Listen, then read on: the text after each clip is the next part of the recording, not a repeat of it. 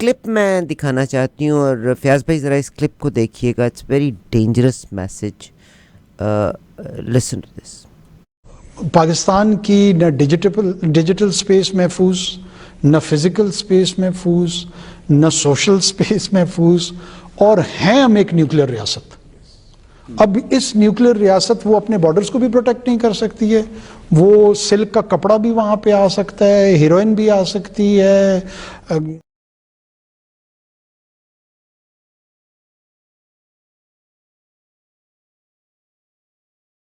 Websites हैं या ये जो मीडिया साइट्स हैं, ये लोग वो क्लिप्स को निकालते हैं जो डेंजरस होते हैं, जिसमें प्राइम मिनिस्टर ने ये लफ्ज़ कहा है कि पाकिस्तान की एयर स्पेस भी सिक्योर्ड नहीं है, पाकिस्तान के बॉर्डर्स भी सिक्योर्ड नहीं है. और मुझे हैरत है कि एक मुल्क जो कि एटॉमिक कंट्री है वहाँ ऐसा क्यों है. तो शायद आपकी नोटिस में से गुजरा, अगर नहीं गुजरा तो वी कैन पास दिस. नहीं, ये मैंने मैसेज नहीं सुना. पीटीआई लिखा हुआ है. I don't want to. अच्छा, मुझे ये बताइएगा कि क्या आगे लाया. नवाज शरीफ साहब पाकिस्तान पहुंच रहे हैं. उन्होंने पहले अपनी उसी दिन 21 तारीख को ही जलसा रखा हुआ है और उसके बाद अगले दिन उनकी जो बेल का मामला है, तो ये कैसे सेटल होगा. और पीपल्स पार्टी ने भी अपनी रिजर्वेशंस का इजहार किया है कि उनको क्यों प्रोटोकॉल दी जा रही है ये वाली. अच्छा, मियां नवाज शरीफ साहब का मसला ये है कि मियां नवाज शरीफ साहब को पाकिस्तानी सियासत में एक बहुत अरसा हो गया है. उसका उन्हें फ़ायदा भी है और नुकसान भी है. फ़ायदा ये है कि उन्होंने बहुत सारी चीज़ें अपने तरीके से, अपने ढंग से, जो जिस तरह जर्नलिज्म में उन्होंने लिफाफा जर्नलिज्म इंट्रोड्यूस कराया, इसी तरह उन्होंने सिविल ब्यूरोक्रेसी जो हमारी थी, सिविल इस्टेब्लिशमेंट. मियां नवाज शरीफ साहब के आने से पहले पाकिस्तान में 2 इस्टेब्लिशमेंट्स होती थी, एक सिविल इस्टेब्लिशमेंट, एक मिलिट्री इस्टेब्लिशमेंट. तो खैर से अब सिविल इस्टेब्लिशमेंट का तो कोई नाम ही नहीं सुनता. अब इस्टेब्लिशमेंट का मतलब हमारी मिलिट्री इस्टेब्लिशमेंट ही है और मिलिट्री ही है. सिविल इस्टेब्लिशमेंट को गरक करने में, को ख़त्म करने में, की अहमियत ज़ीरो करने में सबसे अहम किरदार हमारे मियां नवाज शरीफ साहब का है और इन दोनों भाइयों का है. पीपल्स पार्टी में उसने अपना हिस्सा डाला, लेकिन पीपल्स पार्टी ने मजबूरी से अपना हिस्सा डाला. पीपल्स पार्टी का भुट्टो के दौर तक आप देखें, बल्कि बेनज़ीर के पहले दौरे हुकूमत तक पीपल्स पार्टी का रुझान करप्शन की तरफ नहीं था, माली करप्शन की तरफ इनका रुझान नहीं था. लेकिन जरदारी साहब ने बड़ी मेहनत करके, बड़ी कोशिश करके, बड़ी लंबी लंबी इनकी डिस्कशंस हुई पार्टी लीडरान की, और स्पेशली उनकी बेनज़ीर भुट्टो के साथ बहुत दफ़ा बहस हुई. लीडरान वो बताते हैं जो पीपल्स पार्टी में रहे हैं या पीपल्स पार्टी छोड़ के आ गए हैं, वो बताते हैं कि जरदारी साहब ने लिटरली बेनज़ीर भुट्टो को कायल किया इस बात पे कि ये सारी अब पैसे की गेम है. पॉलिटिक्स को मियां बिरादरान ने पैसे का खेल बना दिया है. अगर हम पैसा कहीं से नहीं कमाएंगे, भाई हुक और क्रोक जिस भी तरीके से, आप बेशक उसे करप्शन समझती हैं, लेकिन मैं समझता हूं कि इन मियां बिरादरान का मुकाबला करने के लिए हमारे पास इतना पैसा होना चाहिए कि हम इनका मुकाबला कर सकें. और वो पैसा और तो किसी और तरीके से नहीं हो सकता. यही हमारे पास इक़्तिदार है, इख्तियार है, हुकूमत है.